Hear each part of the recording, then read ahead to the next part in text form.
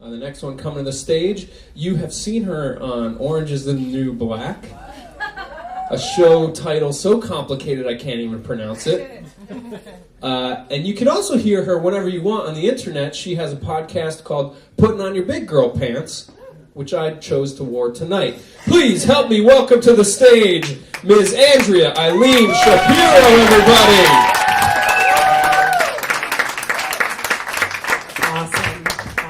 Yeah, if you want to see me on Orange is the New Black, I'm the one in the background that's like, shit's going down. Oh my God. Jody, you do a lot of drugs, man. Yeah. I used to do drugs. I've been sober for the past 4 years now, which is pretty... Okay, no applause, right? That's fine. By the way, I go see your bartender, Anthony, and I hear there's a really good there's a good whiskey menu here. There is, yes. Yeah. I know nothing about it, so the water is delicious here. Yeah, my best friend from high school is here tonight, Kira Capitanio. And Kira knew me when I was obsessed with Vicodin and masturbating to Snow Patrol. So, would you say that's an accurate description of who I was in high school? Okay. If I lay here and just see myself in the back of your Honda Civic, just like crying, it's like, this song is about me, it's about my life, and I'm so itchy from this fucking Vicodin right now. I don't even know what to do with myself. I'm happy to be here. I'm a little stressed out right now. I just want to be honest with you guys. I'm having a little bit of like a domestic issue right now. It's not, like violence or anything. There's a group of stray cats that host a gangbang outside my window every night. So it's more like an undomesticated issue. Yeah. Because they're stray. Because they're... domesticated animals are inside, and then undomesticated. The only way I can describe the sound of what happens during this, it's like what a Foley artist would use in a cartoon if a cat was like being swung around by its tail. It's like, guys, she's faking it. Come on. She's a stray. She don't know no love, How you gonna win if you ain't right with it, Lauryn Hill? Am I right, guys? It's all about love, not going on the streets and just banging any tomcat that you see. On one level, it's like really annoying, and then on like a deeper level, like I'm embarrassed to say it, I'm kind of jealous. All right, like. They're just banging away out there. I'm inside doing nothing. And it's confusing to me as a single woman that lives in Brooklyn. Like, my thought was that cats are supposed to comfort me during sexual drought, not like throw it in my face, That was what my understanding was of that situation. I live in Greenpoint, which is like a really cool neighborhood, but it's also very Polish, so sometimes I like to call it Slavic 1999. If you guys need a sick deal on a boombox, some Oakleys, and some laser hair removal, go see Svetlana on Franklin in Manhattan, and she'll hook you up. I don't know what it is about Polish women, but no matter, they just always sound like they're on the verge of tears whenever they are speaking. It's like, this is literally, it's like,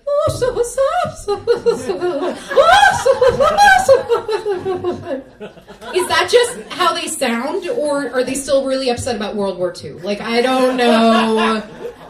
Too soon? Is that too soon? I'm sorry, guys. So I live in Greenpoint. I have an apartment. It's actually not that expensive, so it's pretty cool. But that's because I pay half the rent in sexual harassment via my landlord. So, yeah. My landlord is like a fat... My roommate is here tonight, too. Can you attest that he's a fat Italian ex-mobster? Yeah. And I say ex like this because I found out recently that the only way you can become an ex-mobster is if you die. So... There's no, like, snowbird mobsters. There's, like, no dude, like, in Florida, like, he's like, so what do you do? It's like, oh, well, I used to be an investment banker. What about you? I used to break kneecaps. Now I garden. Because I'm retired. he sees me, he's always like, Shapiro!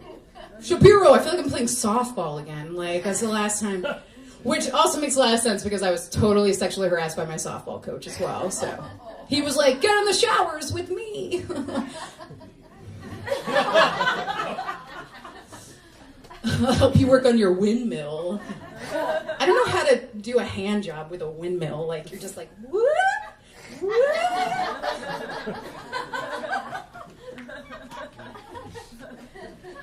He's always like, oh, I like those Jewish girls. I like you Jewish girls. I'm like, what kind of Jewish girls? The girls that are bad at being Jewish? Because that's the kind of Jewish girl I am. I have tattoos, and I had to have a non-Jew explain to me what Purim was. So he tells me I would make a lot of money if I was stripping.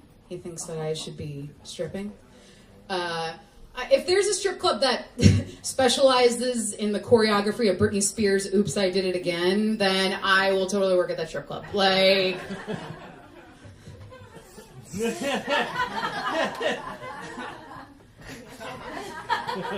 That's like for real the choreography from that video. And her like tight like yeast infection like outfit that she wore on Mars.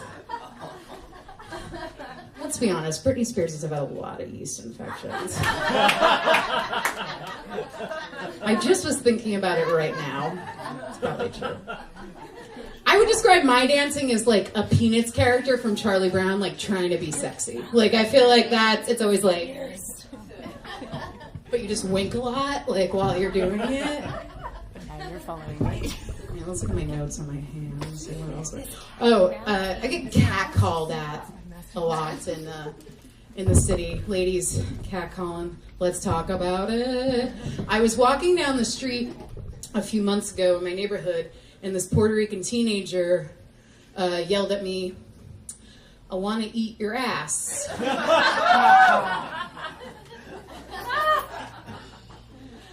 And, like, some people would be offended, but I feel like I'd be remiss if I didn't see the deeper issue here, guys. We are not properly feeding our kids in school. Childhood hunger is still an issue. Bill de Blasio!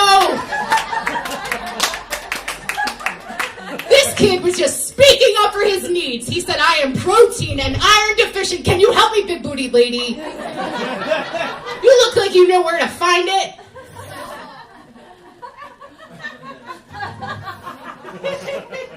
I was in Amsterdam recently, and I was walking. I was traveling over the summer. You know how we do. I was in Amsterdam. I was walking down the street, and this guy was walking towards me, and I knew he was going to say something to me. And he gets up close to me, and he finally just says, "Big boobs," and then walks away. Like that man's just like walking around, being like, "House, car, big boobs."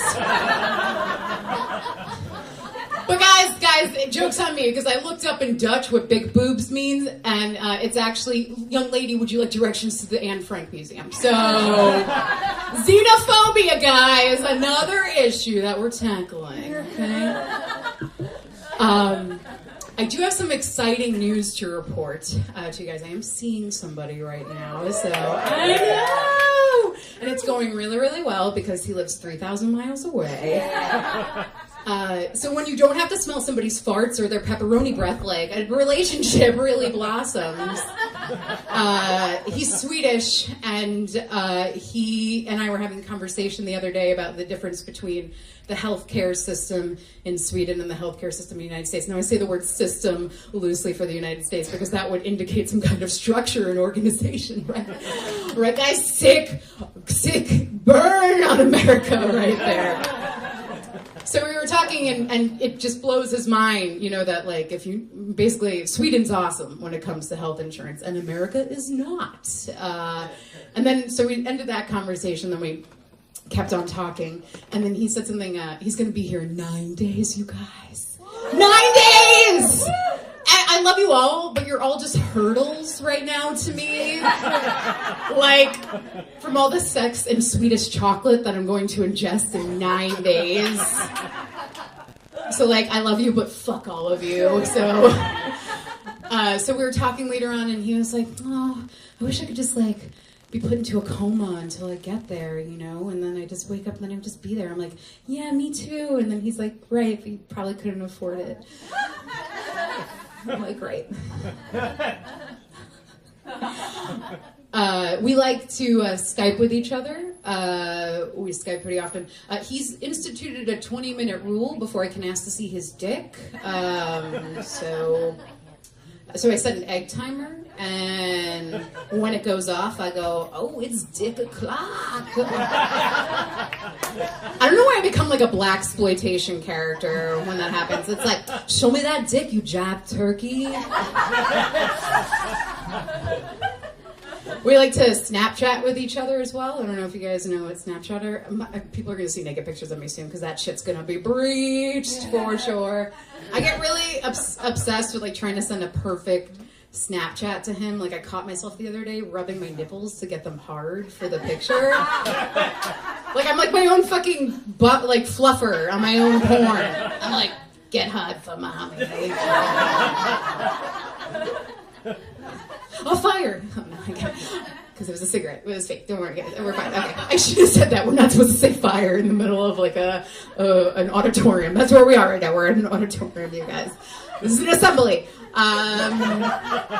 So he's going to come here first, and then I am going to go to Sweden in December, and I'm going to meet his mom, which I'm like pretty, I know, but I need to learn Swedish, like more Swedish than I know right now, because like I really want to impress her, so when I steal her son and we go to America.